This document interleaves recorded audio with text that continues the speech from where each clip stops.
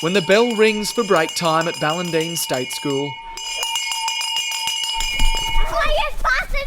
all 29 students make a beeline for a playground they built themselves.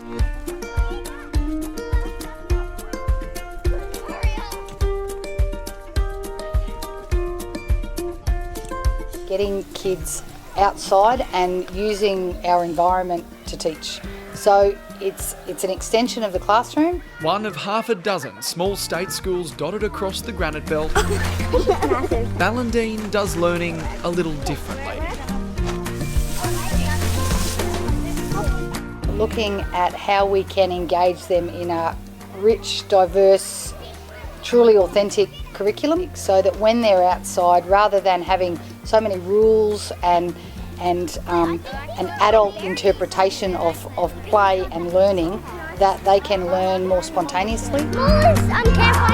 From roasting marshmallows by an imaginary campfire to constructing cubbies out of bamboo, tarps and tree branches. They learn how to cooperate, and if something falls over, then they work it out. You know, they don't need us to be saying, well, how about if you tied this and this and you did this sort of knot and it'd stay together. And so that's what I love. It's authentic and I love it.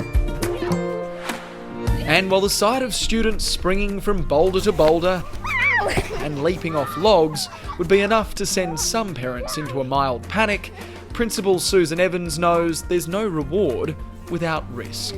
Minimise the risks, but not prevent them, because they do need to learn that when they hurt themselves, what happens. And I mean that in the kindest possible way, but I think it is about getting them to become risk takers. And recyclers. Did a bit of an audit of the rubbish that was here and worked out, well, what's the rubbish that was here and how can we recycle it?